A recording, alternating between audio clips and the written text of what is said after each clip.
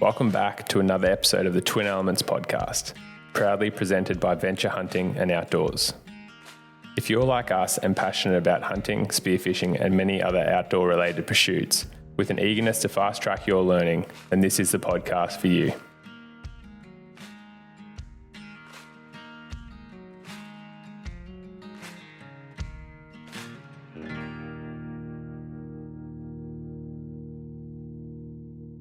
Hello, legends, and welcome back to another episode of the Twin Elements podcast. Today, the shackles are off, and we're doing our first solo podcast. You're listening to your host, James Doumtsis, and I will be discussing a few tips and tactics around getting rut ready. And we're going to plan this and set this up for a bit of a checklist for you guys so you can run through, make sure that you guys are fully ready to go by the time April rolls around for the rut. Before we get into that, I just want to share story, a hunt that's very much on my mind at the moment, considering I finished it this morning, and that is one for a magnificent velvet buck. In the last 12 months moving to Armidale, I got some access that seems that the bucks just hang there all year, which is awesome for me, as in you can hunt them all year round. You're not pinned down to that sort of month or so when the rut is happening. So yeah, it seems like they're during velvet period, and they're also there. Seen a really good one in July as well last year, so just opens up the opportunities to hunt them, and yeah, have a bit of fun outside of the main rut period chasing these bucks. But this story starts back actually on the 5th of December 2024 when I went into this gully system. I'd found it when I first got access to the property, sort of off the beaten track. There's no roads or anything going into there. It's about 1.5 km long, not super steep gullies, but yeah, quite thick with sort of blackberries and the thick timber. And actually went there thinking, it was just before the rut, and I was like, this is going to be such a perfect spot for does. And to be honest, I was pretty wrong. Like every time I've been there, I've never really seen does, but I've always just thought it was this nice little secluded area. And roll around to the 5th of December last year, had been there a couple of times. Like I said, only really seen does, hadn't seen a buck in there ever. And was walking up the gully first thing in the morning and ended up stumbling onto and glassing up 4 bedded bucks. And I could see straight away that there was one really mature one in the group, compared to the other ones being sort of spikers and sort of second year heads, I guess. And so I tried to take some video through my phone, which didn't really work out, just to document him. But the big thing that stood out was his frame. Like he didn't really sort of go up like a V. He almost went out flat off his coronets. And then you could see it starting to go up into his palm, and he had this really boxy frame. And anyway, so roll around to the 22nd of January. Hadn't been able to make it back there due to work and obviously Christmas commitments and whatnot. Just hadn't been in the area to actually go and scout, so just had no idea. Had a couple of hours off in the afternoon after doing a job and thought I'd better go have a look for him. And considering I'd found a fair few bucks on this place, about probably 25 or 30, it is a large property and had covered a lot of country to find these little nooks and crannies where the bucks were hiding. But once you sort of found one, it sort of was a bit of a copy and paste job, and found a few bachelor mobs, which was awesome. But this guy from that date seemed to be the best and most matured, had the best potential of becoming a big buck that I dreamed about getting in velvet. And so yeah, went and straight away started walking up the gully system, and the wind, to be honest, was just one of these days where there wasn't much wind, and so it felt like it was blowing 5 directions. It was just up my ass. It was in front of me, across me, everywhere. And ended up just thinking, I'm going to climb this western facing slope. It seemed to be the predominant wind direction. But also just thought that these bucks are probably going to be bedded. It's a hot day, so I was thinking these bucks are probably going to be bedded down in the gully. And if I can find them, at least then hopefully I'm going to be above them. The west slope had all the thick timber and blackberries and stuff, so I thought that's going to be probably the best bet. And anyway, end up hiking up, get up high, and just slowly made my way up to about a third of the way up the hill, and I'm picking apart, and way off, actually found the buck that I was chasing, probably 600-700 meters away, bedded up in a fairly open clump. And he's got these, like, he's a mental buck, but he's just that light fawny color, which just meant that his white dots were just like electric. Like they just stood out so much. And ended up picking him up through like a clump of trees and everything like that, and started making my stalk in And where they were actually bedded, there was sort of a little finger gully that came off the main ridge between us. And so it's getting dark.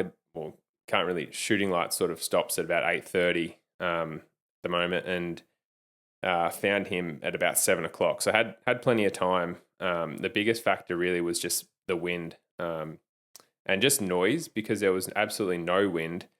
The grass is knee high. The blackberries are trying to grab at you, and just every single step was so just trying to take that into account and pick the best route in. So I took my boots and packs off and started moving in on this buck.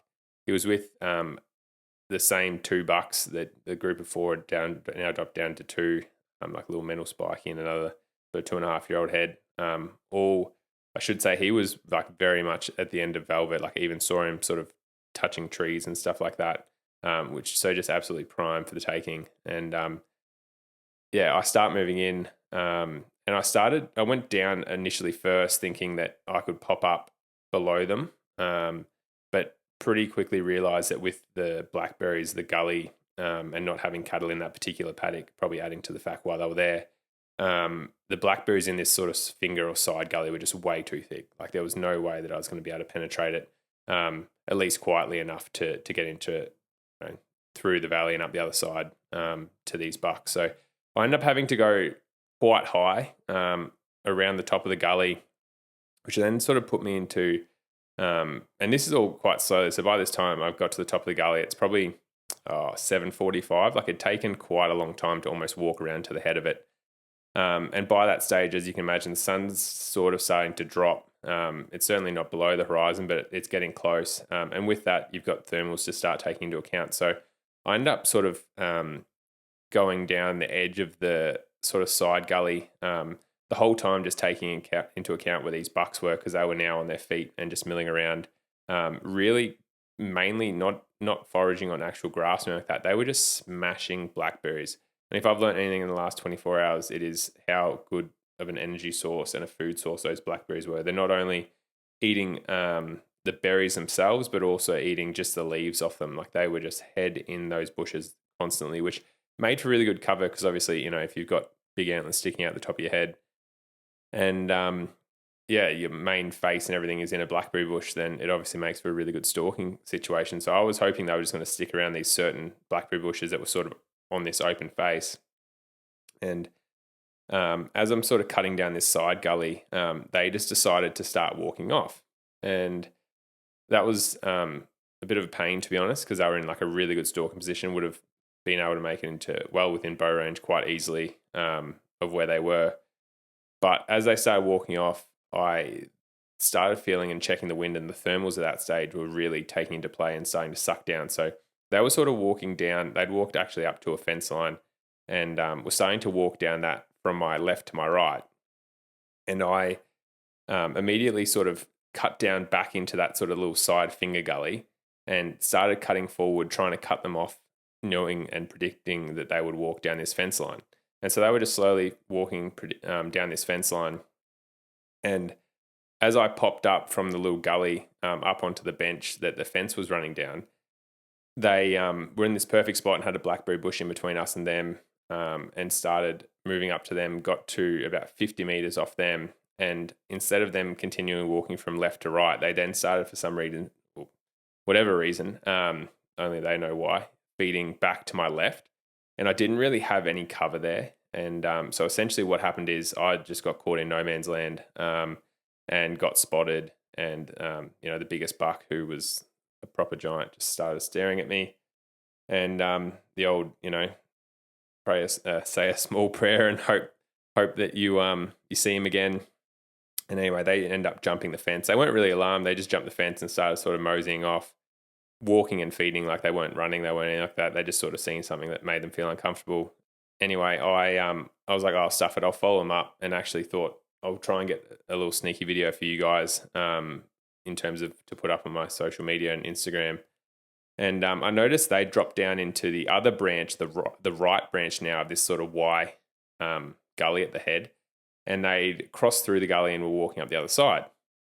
And I was like, I can still do this. And by now it's probably 10 past 8. So I'm very much conscious of the wind, very much conscious of shooting light. I decided to get down into this tiny little gut, I guess, like it was only a small little divot, and just start belly crawling for the first about 50 meters as fast as I could, while they were just sort of walking up, just making sure I was well and truly below eyesight. And then once it sort of deepened out, could then get into sort of a hunched over walk and or hunched over position, I should say. I wasn't walking, I was actually sprinting up this hill as fast as I could, trying to get in front of them. We made it to the top of this gully, which was probably about 150 to 200 meters up, and that was the boundary fence. What happened was I could see them across this little gully, and I was on one side, they were on the other side, and then all of a sudden I just see them turn and come left and start walking straight towards me. And at that stage, I was like, oh, my prayer has been answered. And it just proves to me time and time again, like I can't think of how many times this has happened where, admittedly, you probably bust something up the first time, or you do something a bit silly, move too fast. But yeah, you just keep putting in the work, and you get that second opportunity or second chance, and you get rewarded. Like just so many times, time and time again, you just get rewarded for effort. That 15 minutes from last light, and you're like, oh no, I'm going to run out of time. But you're like, no, I'm going to sprint up the hill at those running pigs or that croaking buck or roaring red. And I just can't think of how many times it's actually paid off for me. And time again, like this one, it's worked out. So I've run up the hill and got into position. And next thing I know, not probably 20, 30 seconds later, they popped up at about 45 meters out of this gully. And it never happens like this, but the big buck is first, walking straight towards me. Normally it's them at the end. And he came walking straight towards me, and he was walking on the game trail. I was only like 5 meters off the fence line. I'm kneeling down and I'm positioned. All around me, I had butcher birds and magpies going off in the trees above me. And so I'd arranged a bush at about 35 meters. Anyway, he was standing right next to that and was sitting there sort of a bit alarmed, looking around. He stopped and went broadside. And to be honest, I probably should have taken that opportunity, knowing the distance, having my pin set. But I thought he was going to walk in and keep coming into me on that game trail. And it was going to be a pot shot at 15 meters, because I was just off the game trail in some really good cover. And with all the bird alarms, he ended up being really, I guess, sort of spooked or flustered, and he was sort of sitting there looking around, not really sure what to do. And after about 2 or 3 minutes of that, he sort of turned and went quartering away. And he sat like that for another 2 or 3 minutes, until he calmed down and started feeding on a blackberry bush at the same angle, quartering away. And I just slowly sort of went from a kneeling position and put my one knee out to sort of raise above the blackberry bush that was in front of us. Felt super confident, drew back. Settled the pin, felt great, and let the arrow fly. And I heard this whack. Saw they all straight away, all three of the bucks just went absolutely crazy, went running down the hill. I'm jumping up and down like a little schoolgirl. And I ended up sitting there in the dark for about 40 minutes, because I hadn't seen the actual arrow hit the buck. I just heard the sound, which wasn't 100% sure on what that was. And it was obviously, in the way that he'd run off, was really stoked, and saw the buck sort of run about 100 meters and go into the thick timber. I couldn't see, because I couldn't see. I saw the two smaller bucks, but couldn't see the bigger buck with them at the time. And ended up leaving at 40 minutes. Went back and grabbed the pack and boots, and then went back and started my search. And so I went to the site where I'd hit him, or thought I'd hit him, and started looking. And it became pretty apparent immediately, in my head at least. Other than the sound, I didn't really have much to go off. I didn't see where the arrow had flown, because I was sort of shooting over that little blackberry bush that was my cover. Like I knew it was well and truly going to clear it, just with the flight path. But obviously wasn't 100% sure in seeing the arrow flight. And spent what ended up being about 2 hours trying to find even a drop of blood. I ended up, the only thing that makes it hard is I couldn't see where the arrow would have gone into with a miss was this massive blackberry bush on like a downhill slope. And so I excavated the bush as best as I can, and just couldn't find the arrow still now. But ended up spending about 2 hours last night trying to find him. Ended up getting back to my car after 11 o'clock, and made a decision to sleep in my car, and then come back or walk back up the gully in the morning and try and find him. Ended up spending another couple of hours this morning trying to find him and the arrow, and couldn't find a single drop of blood or him or the arrow.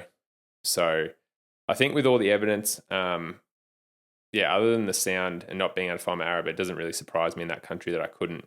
Yeah, I'm pretty gutted to not 100% know that I missed him, but everything points to that, I guess, in the sense that I just don't understand that if I did hit him quartering away, the arrows most likely would have been in him, which means it would have been snapped, within a couple of meters of the shot.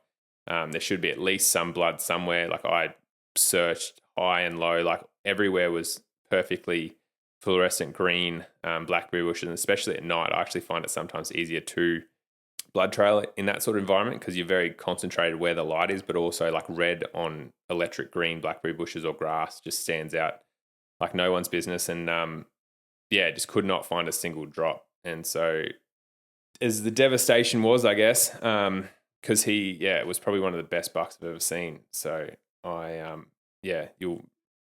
be a bit late. You guys will see this probably on my Instagram story in the next couple of days. But I am very much still licking my wounds over that one.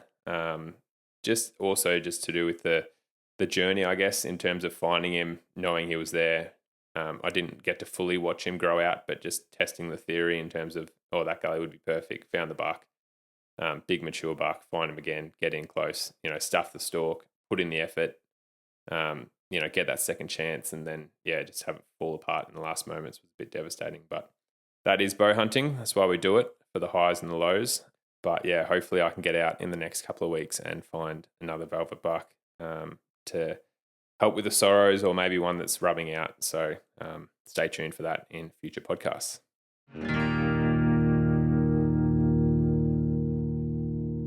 With these hot summer conditions, managing your electrolytes to optimize performance has never been more important.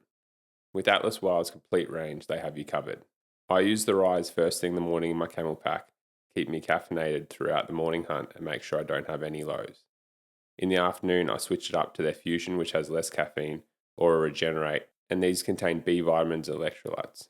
I'm doing this to pay it forward for my body. I'm fueling it and giving it everything it needs to recover overnight, ready to face the hills or whatever stands in my way the next day. We've teamed up with Atlas Wild to give you 10% off your next order by using code TWIN10. That's TWIN 10 numerically at checkout to get 10% off your next order. Let's dive into the main topic of the podcast, and that is getting you guys rut ready with a few tips and tactics mixed into that, but mainly just setting you guys up with a bit of a checklist. It's the end of January now, so we're still a couple of months out from the fallow and red rut, which is obviously probably arguably one of the biggest main events for our hunting here in the South Pacific, whether in New Zealand or whether in Australia. Everyone knows and talks about the rut. It is the time that most hunters are in the bush. It's an incredible time to be in the bush. And this is just a bit of a checklist to set you guys up so that it doesn't roll around to the 20th of March and you're thinking about all the things that we're about to tell you. So the first thing that we've got is, as the most important one and top tip really, is all around communication with not only your friends and family, but also around your work commitments. So getting time off work early is critical in the sense that, don't wait till the first week in March. Oh, hey boss, can I please take off a week, on the 10th of April or whatever. And, I imagine in some circumstances and services that, that's probably your peak time. Like I know with me, in terms of elk hunting, September used to be our busiest time at work. And so I used to pretty much every year before the year before, I would go to take that time off. And it's the same with the rut now. Like I've already told my partner that I'll be taking off a month for the rut. Yes, I'll be doing some work during that period, but already expressed to her quite early on the importance of the rut to me and being out in the Aussie bush at that time. So make sure you talk to your partners, but especially talk to work and make sure you've locked in that time that you can financially firstly take off, but also making sure there's no detriment to your family. So some dates that we like to work around, it does depend on where you are up and down the East Coast.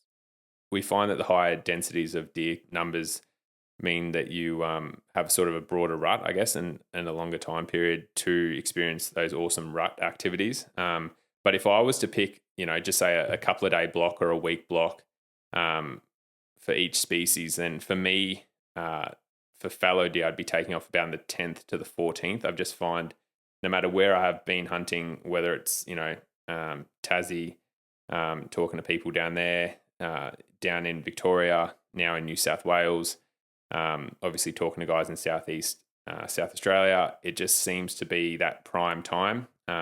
Certainly Southeast South Australia and in the Hunter Valley or New South Wales area, up in the high country in Victoria and stuff, they can go a little bit earlier or considerably earlier, like pushing into those late March dates, especially with trying to get bucks before there's a heap of does there and stuff like that. When they're touching up the scrapes, couldn't be a really good fun period. But yeah, talking about just that absolute frenzy of rutting activity for fallow deer, I would be looking at taking off time between the 10th and 14th. Now with reds, I find that they go a little bit earlier. So I generally try and target them between sort of the 5th to the 10th. Similar to the fallow deer, you can have really good success early, like pre-rut and late rut, just with different tactics and whatnot. And similarly with the fallow and reds, we'll be releasing some specific podcasts on targeting them pre, during, and post-rut for each species shortly. So stay tuned for that one. But yeah, for the reds, if you want that real, prime time rutting activity, then the 5th to the 12th is probably what I'd be looking for to lock in dates for reds. Another thing is obviously talking to friends and family around commitments. Like there is a lot of public holidays. We got Anzac Day, we got Easter weekend and holidays at that time. And so my family pretty much know that we don't rock up. Aiden, Dad and I, we don't go to Easter. They're all aware of that. They've been aware of that since we probably turned 18, to be honest. And everyone understands that we're obviously very committed to hunting. And that's something for you to obviously decide what you're going to do. Like a lot of families, like I'd say most families nowadays, go away for that Easter weekend and go camping somewhere, which I think is an incredible tradition, and would love to be a part of that potentially one day with my kids. But generally speaking, that Easter weekend also falls somewhere where I would like to be hunting and chasing fallow and reds. So it's a bit of a toss-up. It may not be something that you can accomplish every year, but it's just having a bit of a plan around those days and what time you are able to spend in the bush. But try and organise it early, because as we talk about later in the next couple of tips, talking to your family and work and making sure everything's lined up there is going to be a huge plan or critical part to making sure that you've got that time off to capitalise during the rut. I actually asked my beautiful partner, Eden, who was disappointed she hadn't made it on the first 2 podcasts, so I had to flag her here. But I asked her what her suggestions were around, obviously we haven't got kids or anything, but just around, talking to your spouse or talking to your partner and loved ones, and around preparing for the rut, but also going on the rut. And she just had a couple of small tips. I guess the first one she said was making sure all your chores are done so you don't leave your partner or family in the lurch and make them pick up your shortfalls for not doing things around the house or not doing things with the kids. So making sure all your commitments are done before you shoot off the rut. A big one for her is, which she's expressed a couple of times, sticking to the dates when you say you're going, you make sure you come back. I obviously get a little bit excited, and if I can push it to the last minute and maybe add an extra day or 2 in, I will. So, I mean, with that, just make sure you tell them more time than what you think you're going to be hunting, and then no one's going to be getting in trouble there. But obviously sticking to when you say you're going to be away, and making sure that you're getting that family time too. We obviously want to spend as much time in the bush, but also making sure that those relationships are still going strong. And this was her final one that she threw in there, but buy your significant other a bunch of flowers before you go away to lessen the blow of your absence. So there you go, fellas, and ladies, I guess too. If you're out there hunting, buy your partner something. But buy them a little gesture just to say you will be missed while we're out in the bush going crazy, roaring, croaking, running up and down the mountains. But that little gesture does go a long way in your absence. So step or tip number 2 is all around access. So what we are concentrating on here is for those people that have access, awesome, congratulations, huge part. It could also be securing dates for, we've got state land or public land here in New South Wales, you can hunt. So don't leave it to the last minute. Make sure you're in contact to whoever you have to be and need to be to lock in those dates. There's no point. There's nothing worse calling a farmer, the 1st of April, being like, "Oh, hey, Jono, can I come out for a week next week and bring a whole tribe of people with me, and yeah, we're just gonna park up and set up a couple of caravans and whatever else, or tents and stuff, and on their plate, like." Try and have the lowest footprint and be the most organized that you can. So call the farmers now. I mean, there's no excuse. You're listening to this podcast. So start lining up dates. I've already spoken to all my places and locked in dates. Aiden and I and Dad are going to be heading across to a couple of places. So just trying to get that organized. And I mean, it is fluid. Like there may be a little bit in that we stay a day longer, but a lot of places nowadays too, especially if it's paid access or state forest or whatnot, there's obviously a lot of high competition for those prime dates. So getting in early and making sure that you've got time, because otherwise other camps are going to be booking in time for those prime dates. So if you can get in first, then first in, best dressed, and then it's going to give you the best opportunity to be successful during the rut. The other one around getting access is don't wait until March 20th or March, early April to be like, oh shit, I always wanted to hunt a red deer and fallow and I don't really have access. So now is going to be the time to door knocking.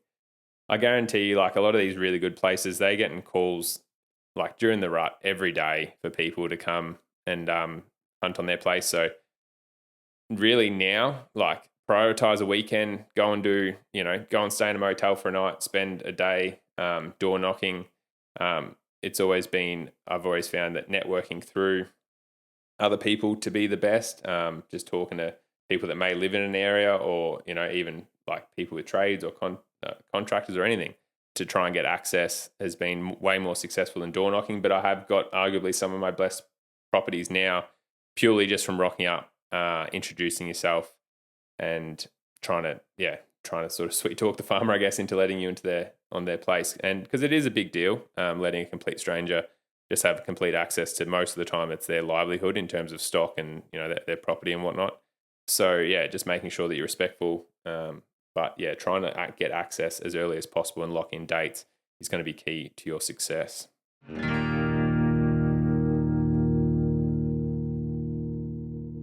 Power your passion with OzCaf Energy.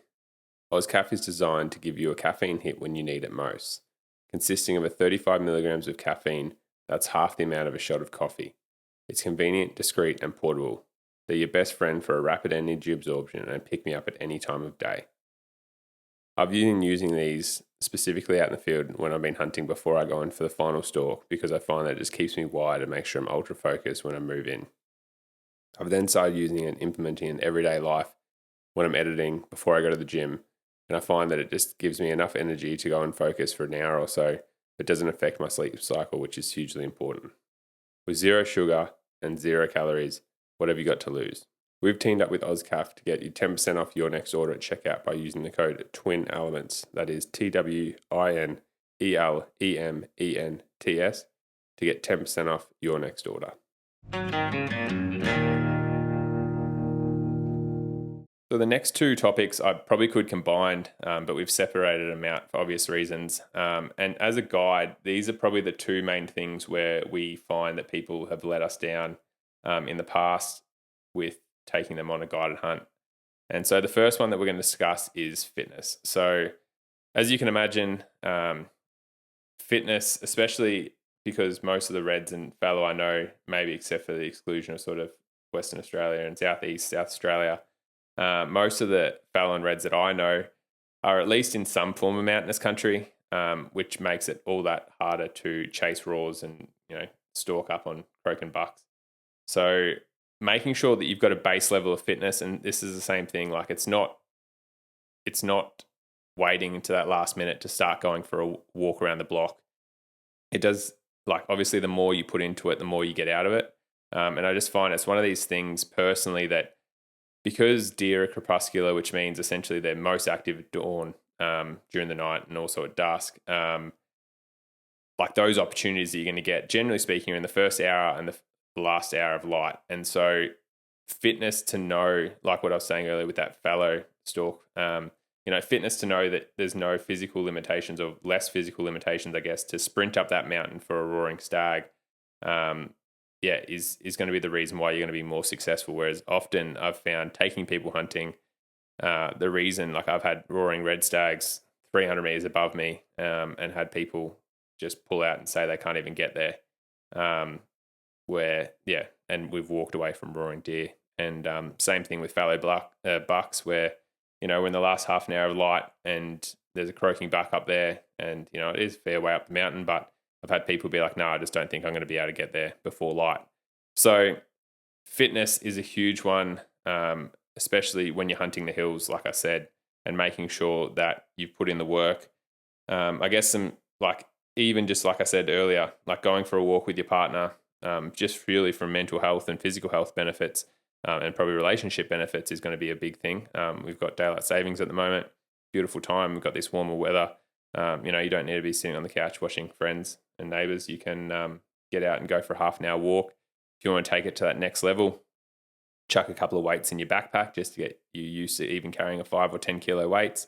If you want to really take it to that next level, I'd probably suggest either walking the hills, either with or without weight, or just doing what I'm about to start doing and actually buy a Stairmaster that I'm going to chuck in my little man den that I've got here where I do my podcast and editing for you guys. Actually have my own personal Stairmaster so I can just make sure that I'm fit for the rut and all other occasions like the US, and whatever other sneaky little hunts I can fit in for this year and into the future. But in my opinion, there's nothing better than a Stairmaster weighted or walking around the mountains weighted to get fit. So that's going to be the ultimate test for how prepared you are in terms of fitness for this rut. But the key to all this stuff, guys, is start now. Don't wait until the end of March.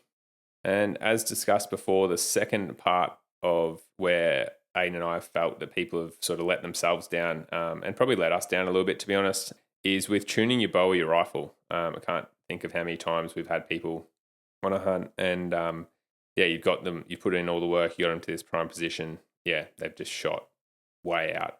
They can't hold back their bow for long enough. They can't shoot, from a kneeling position. The excuses go on.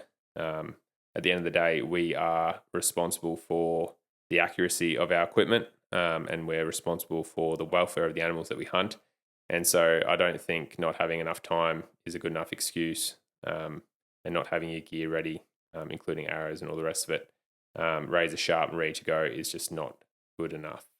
Another thing that's a bit of a trick, people I find that hunt a lot tend to not be as well prepared because they find that just because they're hunting a lot. But from personal experience, you can go for a couple of weeks without even having a shot. Like, just going hunting really isn't good enough. And also, if you're like on a hunt, so during the rut specifically, like I said, Aiden and I, we've got a month planned. Like, some of that I'll be filming, some of that I'll be hunting.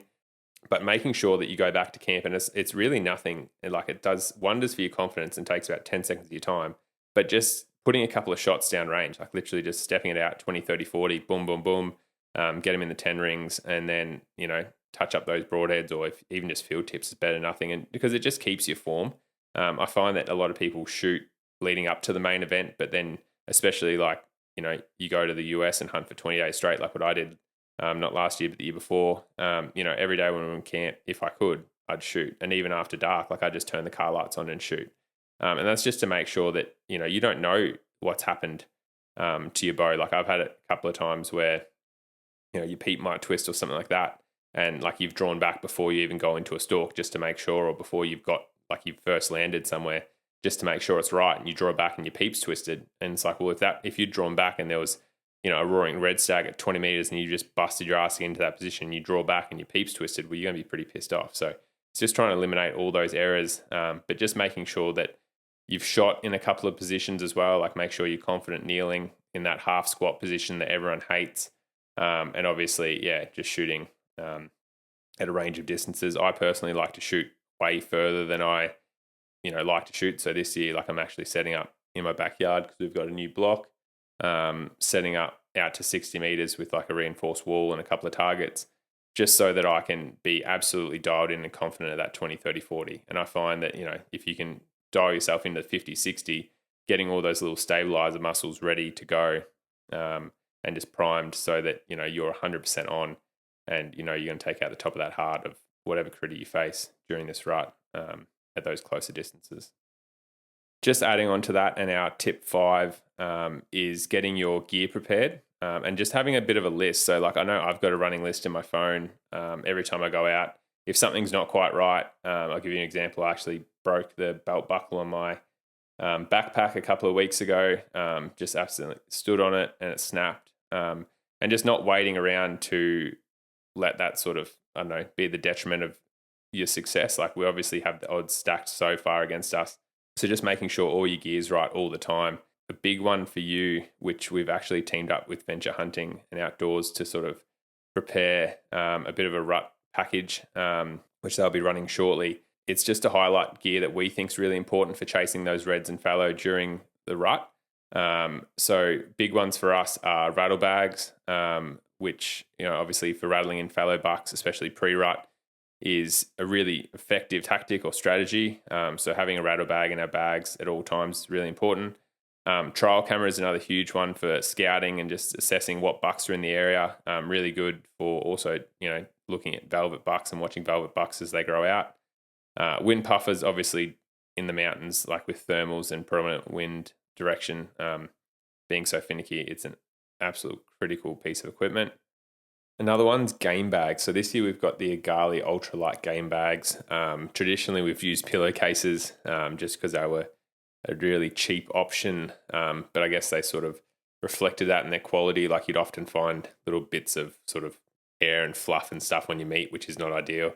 Whereas these look really well designed, designed to hang game out in the field as well, which I think is going to make the world of difference for the quality of the meat in there, enable it to let all the fluid drip out of it, but also cool down really quickly, which was always a bit of a problem with using pillowcases because you pretty much always just chuck them straight into your backpack where they're sort of festering, I guess. The heat's not being able to get out of them, and then you're chucking them straight into a cooler, an esky or Yeti or fridge or whatever.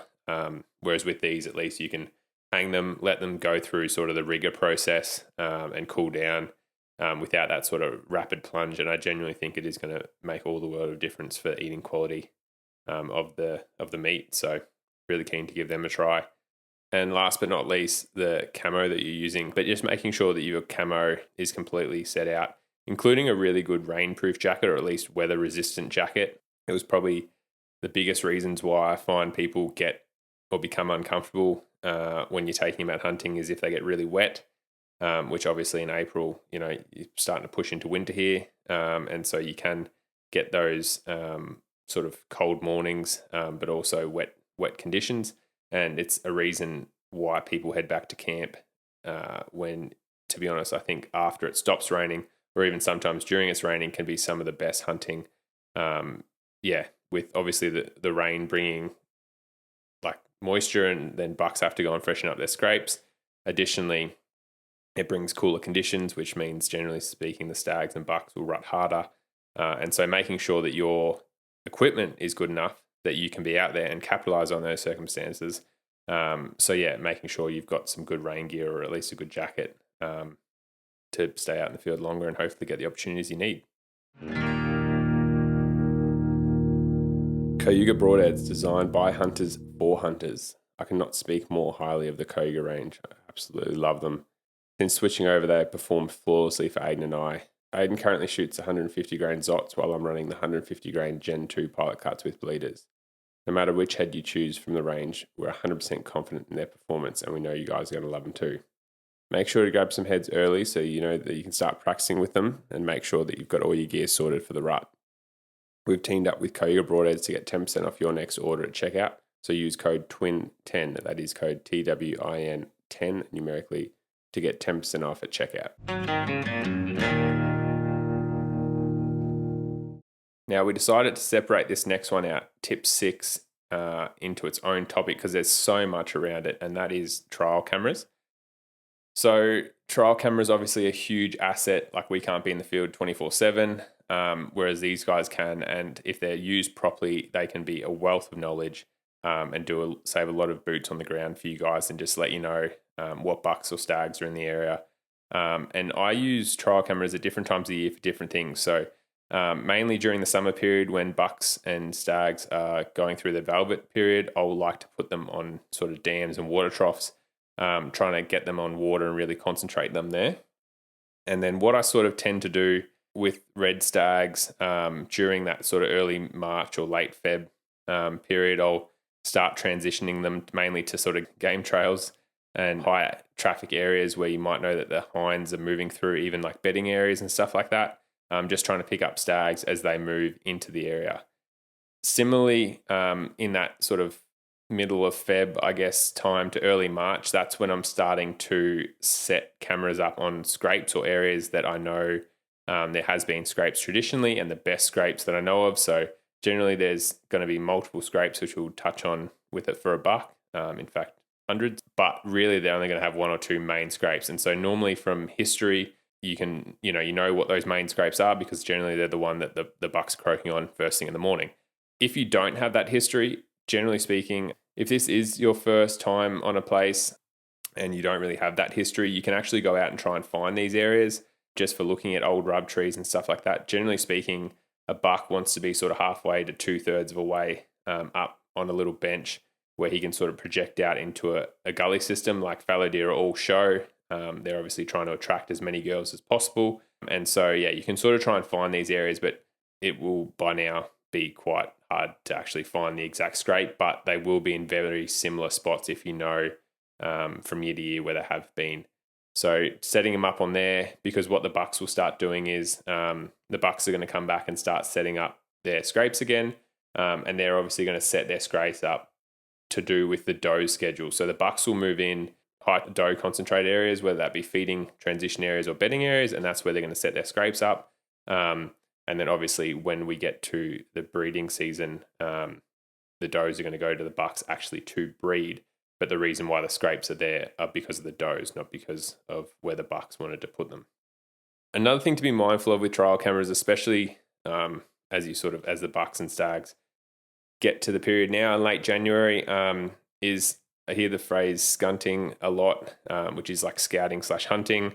And just be mindful that, when you are checking your trial cameras, you are hunting. I mean, nothing to say that the biggest bull you've ever seen or a fox is going to pop up in the grass 20 meters from your trial camera. So, it's one thing just to punch up a hill and check a camera, but there is repercussions to that. You are educating animals, whether it be eyesight being seen or by smell. So just trying to check your cameras will have as low impact as possible. To be honest, I'd pretty much like to set them up and hunt my way to and from cameras. I'm never just walking in on a camera to quickly check it. Like, it's always the sort of calculated move. I'm going to go hunt this gully system and I'm going to go and check that camera. And that's just purely because I find that the more interactions you have with the animals, generally the hinds and the does, the more educated they become and the more pressure they feel and the harder they become to hunt. They start going into the thicker stuff. And generally speaking, especially as the rut goes on, the more pressure you put on them, the less vocal they become. So just keep that in mind when you're going to check your cameras, that you're not putting too much pressure on the environment as well. So after we've ticked off our first 6 tips, I guess that leads into actual scouting. So this is probably more, you've got the time off work, you've expressed, that you want to go away for a couple of weeks or a week or a weekend to your friends and family, organise that with the property owner. You put in the time, you've done, been walking around the block, gone for a run, jumped on the Stairmaster, even for 20 minutes at the gym. You've been shooting your bow or your rifle, everything's sighted in, you've got your gear ready, you've got your rattle bags, you've put some trial cameras out, you've been checking them. Now is really to do with scouting for the rut, and we're going to have some stuff for reds and fallow specifically, like I said, in future podcasts. But yeah, just wanted to touch on a few topics here around finding the does and finding the scrapes, so you can sort of plan a bit of a rut tactic going forward and have a bit of a plan in your head before the rut even rocks up. So as most seasoned hunters will be aware, the rut happens in a very similar spot every year, whether it be red stags or fallow bucks. Generally speaking, with reds, the hinds are going to be in a certain area. That does probably vary more than fallow, and it's mainly to do with pressure, but also definitely feed. So if you've got cattle in a certain paddock and that's well and truly chewed down, then they're less likely to be there, even though they've been there in years previous. Obviously, other factors like water coming out of late summer depending if we have like quite a dry autumn, if dams and troughs have been shut off or dried out, then that's obviously going to limit access to paddocks and whatnot, and mountain ranges particularly for them. But yeah, definitely with a fallow, like I said before, predicting where they're going to be rutting. Well, I mean, if you had a mega scrape somewhere last year, it's most likely going to be in a very similar spot. And the reason why that's there is because that's probably the highest traffic of where the does are, and it's a good area for the buck to project his croaking. So we like to scout areas, and like I said, because it does change year to year, we like to go out and essentially go hunting really just before the rut, and just find where those does are. So like obviously a big one, like I said, feed and water. If you had a really crappy season, which some farmers in the area would have had this year with particular dry conditions, and there's limited feed, well, some places that I'd be checking, even though it's not the first place on my list in terms of where it was the highest dose last year, but it might be a paddock that's locked up, that looks really good, but you've just never really seen that many deer in there. And yeah, I've always found that if you go and check the places where the cattle aren't, you normally have really good success in terms of finding good deer numbers, or pig numbers for that matter too. Other areas, finding really good bedding areas. So depending on the time of the year, which slope does want to be, or where in a mountainous landscape does want to be bedded, and same with hinds. So obviously if it's a crappy day, they might want to be bedded on the northeast or east facing slope so they can warm up. Equally though, if it's a really hot day, they might want to be bedded on the west facing slopes where they're not so much in the sun, and generally thicker, cooler conditions down in the gullies there. So just taking that all into account, also taking into account where the does or hinds are feeding, and then obviously that transition area back to a bedding area. So those are sort of the three categories I like to think of it in terms of scouting. So it's feeding, bedding, transition, and just trying to find those corridors that the does or hinds are traveling on, because generally speaking, that is going to be the next thing where, especially for fallow deer, that's where they're going to be setting up their scrapes. So they're going to be setting up their scrape lines, like I said, mainly in those three categories, with a main one being in their feeding area for sort of first light, last light, but also mainly in their bedding area as well, where they'll go back to in the middle of the day. And that's where, in the peak of the rut, he might be croaking from as well. So try and find those scrapes. And if you can find the does, well, the bucks go to the does, and that's where they're going to set up their scrapes, like I said. And then once the rut kicks on, the does will go to the bucks to become bred.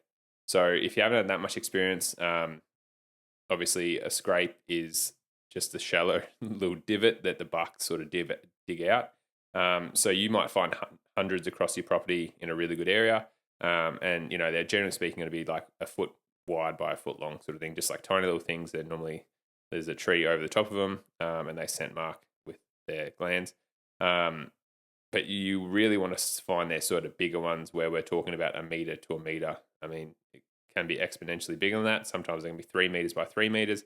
And if you find something like that, you know that you're in an area with high traffic. There's a lot of bucks probably working it, and there's probably a really good buck that's sort of holding it as the mature one. So definitely something to put a camera on, but definitely something to potentially rattle off, sit and wait off, depending how active the rut is going for you in terms of vocalization and chasing bucks.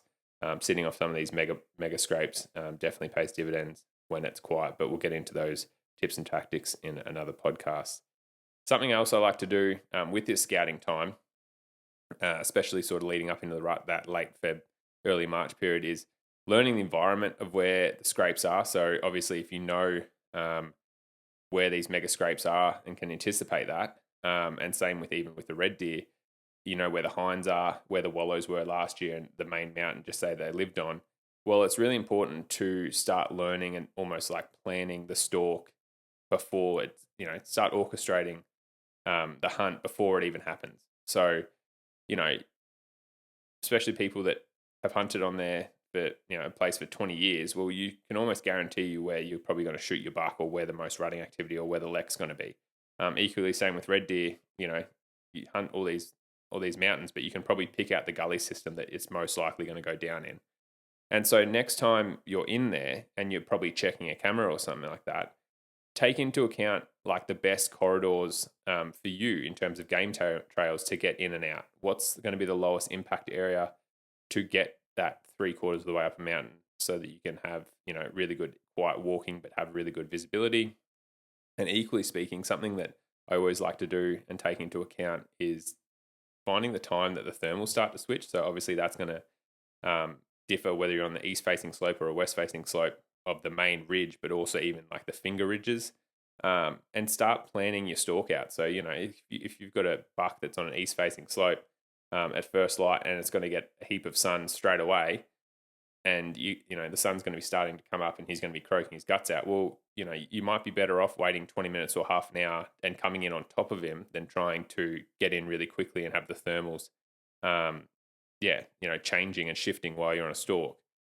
Obviously the alternate on a west facing slope, and just start thinking about that for early morning and arvo hunts. As we've said, that's when that's game time, when you're most likely going to have these opportunities and stalks. And so start trying to sort of do research even on the field of play that you're almost going to go to battle with these stags and these hinds and bucks and does before the main event being the rut. And so the more knowledge that you guys have, the better prepared you can be for when the main event is. Hopefully it just helps add those little 1% in your favor and you can be successful during the rut.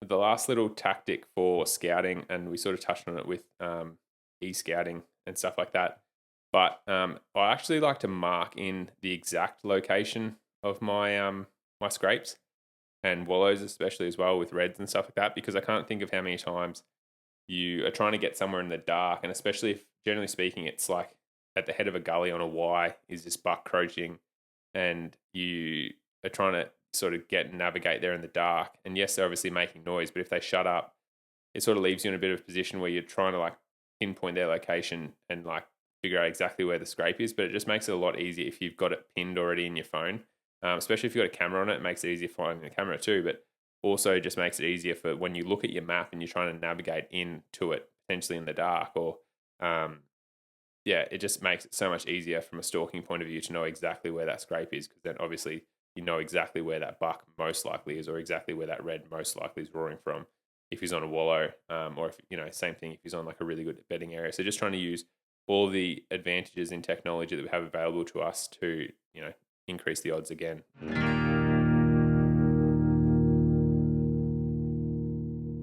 Start your day right with a great tasting brew from Dog & Gun Coffee. Whether it's beans for your coffee machine at home or their iconic preloaded drip filters, Dog & Gun have you covered. My favourite flavour is the Samba blend and allows me to have cafe-grade coffee whilst at home and out in the field. We've teamed up with Dog & Gun to get $10 off your next order by using code TWIN10, that is TWIN 10, the number, to get $10 off your next order. Go and check them out. Well, that wraps up the pre-rut preparation checklist for you guys. Hope you found that beneficial. So hopefully we can help you guys be planned for your next rut and increase the odds of your success. The biggest thing, obviously, is making sure that you're implementing those as soon as possible. It's one thing just to listen to this podcast and be like, oh, that was great. There's a lot of insight into that. But it's another thing to actually go out and implement all those strategies and tips and tricks that we've shared with you guys. So make sure, in summary again, that you are locking in time with work to make sure that you firstly can get out into the mountains, making sure it's okay with your friends and family to be taking off that time, and no one's going to hold any grudges against you within your family, and making sure that you've handled all your responsibilities before you hit the hills. The next one is then locking up access with whether it be your property owner, or making sure, especially if you're getting access for the first time, going out now rather than leaving it last minute for the rut to try and get access. Additionally, if you're booking in a state forest or something like that, making sure that you're trying to get prime dates. I imagine already a lot of them are already booked out. I've never hunted in that model or system, but I imagine the prime weeks are booked out well in advance. Putting in a little bit of effort in terms of fitness, depending on how diehard you are and how successful you want to be. I find a lot of the time, like these next two topics being how well you can shoot and you tune your bow and how ready all your gear are, as well as how fit you are, really can predict the outcome of your hunt. Putting in some work, and it doesn't take a lot now to go a long way. A little bit of consistency, like I said, walking the block with your partner, all the way up to doing the Stairmaster or doing some extra hunts really does pay dividends. So making sure you're getting prepared there. Trial cameras and learning your block, huge asset when it comes time for the rut. You've done your research, you know everything you know or can know about where you're going to be hunting and the animals you're going to be hunting. So hopefully it just, especially if you're going to be targeting a big buck or a big stag, it just increases your odds. You've done done as much research planning as you possibly can, and that hopefully will see you guys be successful during the rut. But now we're just going to jump into some FAQs. Thank you for sending these ones in. Once again, if you have any questions on getting rut ready or just in general with the podcast, you can email them to info@twinelements.com.au and please use the subject line FAQ. Alternatively, feel free to send us a message on Twin Elements, Aiden Doumtsis Outdoors or James Doumtsis Outdoors, and we will get those questions answered in future podcasts. So the first question this week is, do you prefer to doe call or rattle off scrapes? So it depends on what time or what setting. So if it's, generally speaking, if I want to be as low impact as possible, and if bucks aren't really making a lot of noise, I'll actually prefer to doe call, and hopefully just have, especially if it's like a nice tight little gully, thinking that a buck's bedded up in there or sitting on another scrape close by or coming through and checking scrapes. Then generally speaking, I like to doe call to try and sort of catch the eager ear of a buck moving through. It's obviously a lot less, probably more passive and less abrupt than rattling, and doing so obviously you don't reach as many ears, but it's also sort of less threatening, I guess, in some ways. And yeah, find it probably low risk and probably low reward in that sense, to how successful I am or have been, doing doe calls, but certainly do them cold calling a lot. And if it's quiet, I'll definitely sit there for 15-20 minutes, do some doe calling and try and catch a buck's ears and get them to come in. Obviously, always be ready if you're sitting off a scrape. Have an arrow on the string, and if you're within proximity of the scrape, make sure that you can actually. The first thing they're going to do, whether you're rattling or doe calling, is go straight to the scrape because that's where they think the action is. That's what they're going to be checking. So make sure you've got shooting lane to that, and make sure you've definitely got an arrow on the string and you're not just sitting on your ass. Make sure you can actually shoot. In terms of rattling, I love rattling. I think it's really successful, especially pre-rut, when the bucks are all going around checking their scrapes before the girls have actually started going to become or get bred in the scrapes. So pre-rut I definitely find as a really effective time, where on some good blocks, you can do it and rattle in multiple bucks to each scrape. A big killer, I guess, that I find some people do, and you have to be cautious of.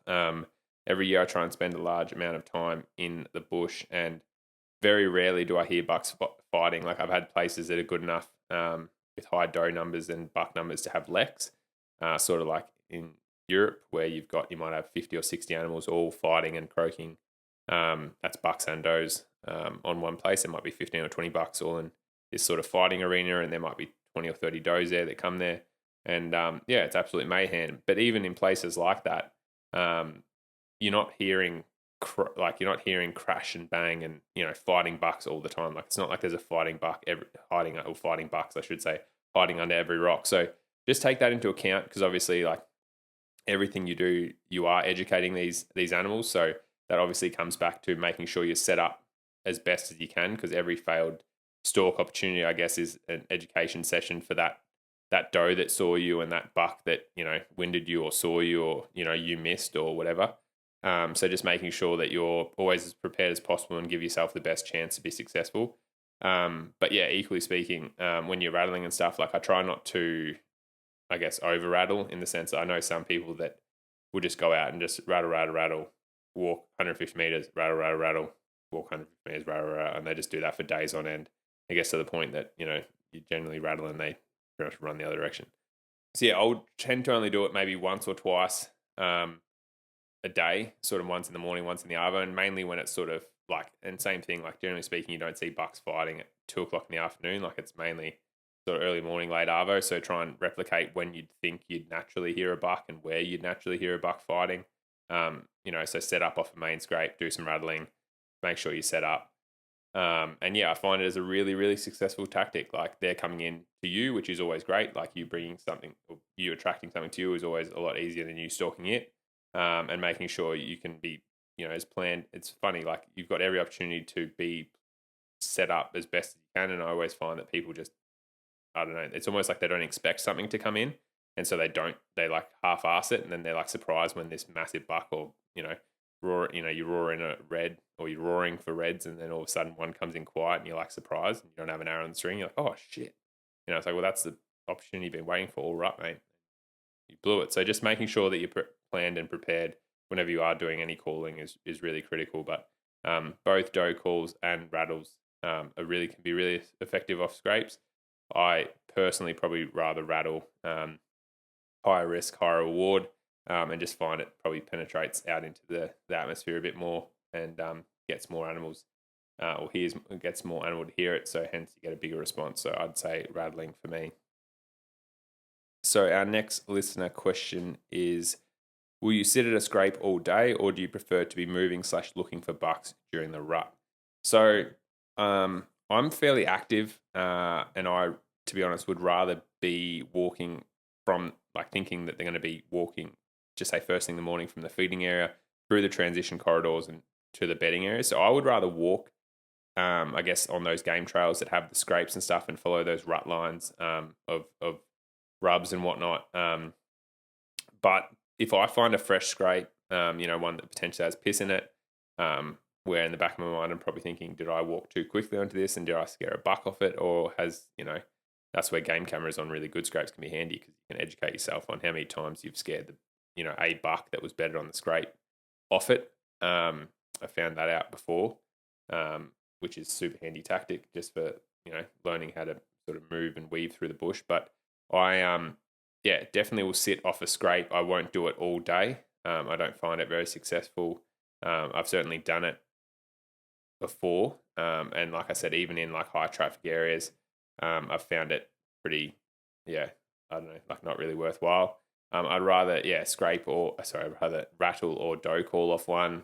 If it's in a really high traffic area, I find sort of, to be honest, not first thing in the morning, but maybe that if it's getting light at, 5:30, 6 o'clock when the rut rolls around, I find it more beneficial to be doing it at sort of that 8:30 to maybe 10 o'clock because, it's pretty low input. You can just be sitting there ready. But you can also hear other animals and like it's a bit of an easy one. Instead of going back to camp, you can just be sitting there glassing the opposite face, ready on a main scrape. If something walks in, you've obviously got an opportunity. That's like probably the time that I'd be doing sporadic doe calls just to see if anything I can catch anything's ear and bring them into my location. But I don't really sit on scrapes all day. If I was targeting a particular buck, I guess, and there was only really one buck I wanted to get, then maybe I'd look at sort of a tree stand setup or sitting in probably not a blind, but maybe a tree stand or sitting on something all day. But I do like that running around sort of, and even just like slowly moving, picking apart the country and turning up opportunities and deer like that rather than just sitting on a scrape all day. So hope that answered those questions. Thank you for you guys sending them in. Just wrapping up the podcast now. Aiden and I are running our 10K follower giveaway. As soon as the Twin Elements account gets to 10K followers, we're going to be giving away a $300 voucher for venture hunting and outdoors. So thank you for them for supporting the podcast. And that $300 is going to be drawn perfectly timed for you guys to get some of that gear that we've spoken about pre-rut. So the details are in a post on our Instagram page. It's been pinned to our Twin Elements, Aiden Doumtsis Outdoors and James Doumtsis Outdoors. It's the first post in all of our things.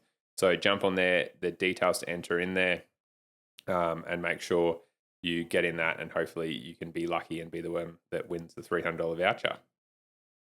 The next thing on the agenda is on the 12th of February, we're releasing the first episode of our feature film that we're doing called Fallow Frenzy. It's a hunt that we filmed a couple of ruts ago with our good mate Nick Morton in the hills of New South Wales, where he searches for a truly giant buck that we affectionately called Uno, which you'll see why in the film.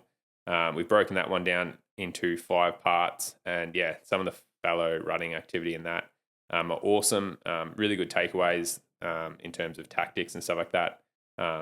Sort of set up that hopefully you guys can, just analyze it yourselves and take a few home truths about hunting fallow and learn some stuff from our mistakes, I guess. But yeah, it's an action-packed film.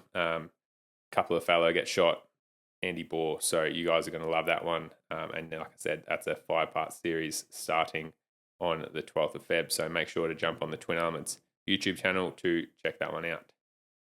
So another thing to mark into the calendar is Aiden and I will be at Venture Hunting and Outdoors Springwood store in Brizzy on Friday the 14th and Saturday the 15th of Feb to discuss all things fallow deer and red deer for the rut. So we've split that up into 2 parts. So the Friday night, we're going to have a bit of a film launch. We're going to combine the 5-part series for Fallow Frenzy into a 1-part full film, feature film for you guys. So come down, watch that. It's a free thing. Just come in, watch it, and we'll do a bit of a Q&A afterwards. Aiden and I are going to be in the store all day. So if you just want to come in, talk gear, chew our ear off, get some tips and tactics, pester us to get our films out sooner, whatever you guys want to do, we're going to be there. Get our advice on gear, what we'll be running for the rut going forwards. So yeah, we are at your disposal. Come in, say hey, and it'll be awesome to catch up and put a face to a name of you legends. So make sure you're there Feb 14th and 15th at the Venture Hunting Outdoors Springwood store. Another one for the calendar is on the 1st of March. We will be doing the Flow State Outdoors Expo. This is a new expo that's just started up, but it's attracting a lot of attention and getting a lot of cool names in the outdoor world there. So that's going to be held at the Wodonga Racecourse and Exhibition Centre at the Vic, New South Wales border. So come down for the day and have a look around. There's going to be some really cool stores. Yeti is going to be a big name there. They're going to be hosting a VIP wild dining experience between 5 and 7 o'clock. So it's $100 for a ticket, but there's only also 100 available. So I know that I've already grabbed a couple of tickets for friends and family. I imagine by the time this podcast rolls out, well and truly be on its way to being sold out. So they're going to be doing wild food cooking. There's a couple of big name chefs there, and it's going to be absolutely awesome. So make sure there's only 100 tickets. Like I said, by the time you're hearing this, it's probably nearly sold out. So make sure you go and grab a ticket to that. The early bird special for tickets for entry just at the gate. So that's currently running as well. And we've teamed up with Flow State to give away a hunt at Spotted Safaris valued at $6,000 to the winner of one of the early bird tickets. So if you're even thinking about going to the expo, you're pretty much better off just buying a ticket to be in the raffle, even if you don't go, just in the way that you might win a hunt with us at Spotted Safaris.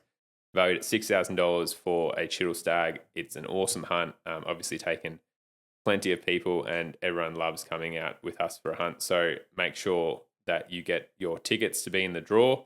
Like I said, it's only for the early bird tickets. It's not for if you rock up on the day and just buy one, but it's going to be a really cool expo. Like I said, some big name people are going to be there.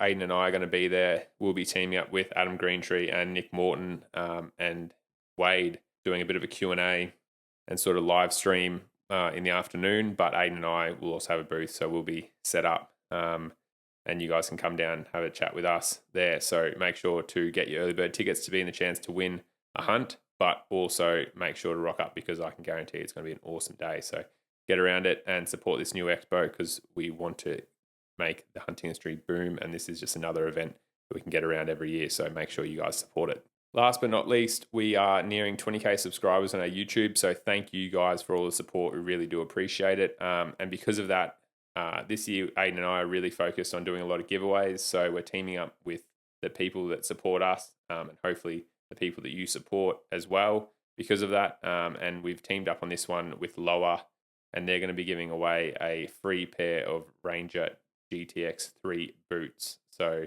we're going to just keep an eye out for that. We'll be dropping the details to the giveaway in the next couple of podcasts, so make sure you're listening in the future. But we might speak to a couple of other ambassador companies and get a few more items in there just to bulk up that package. But at this stage, Loa's chucking the winner of that giveaway a free pair of Ranger GTX3 boots, which they're the pairs that Aiden and I have been running for 5 years now.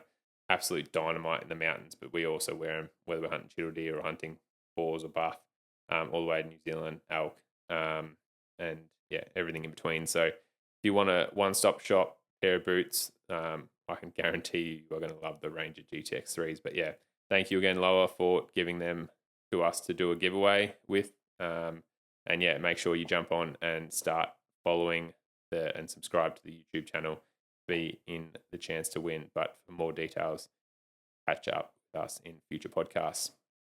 And that wraps up this podcast. I hope you've enjoyed this one. Please don't send me too many heartbreaking messages about the velvet buck from this morning. Hopefully I can find another one. But to you all out there, thank you very much for your support through this podcast. Hopefully you can take something away. And like I said, the biggest thing is just making sure that you're putting this as a bit of a checklist and starting to get everything in line for the rut. Don't leave it to last minute to, lock in the week, get your access sorted, and make sure your gear's sorted. So get that all organized now. If you guys can please like and subscribe to the podcast, give it a 5-star review. It just helps spread it amongst the wider community. The more followers and feedback that we get through the podcast, it obviously inspires us to keep growing and getting bigger, and enables us to do more of this for you guys. So it's just keeping that wheels turning. So yeah, please remember to subscribe to the podcast wherever you listen to your podcast, and also rate the podcast with 5 stars. We really appreciate it. Once again, thank you very much, guys, and we will talk to you next week for another episode of the Twin Elements podcast.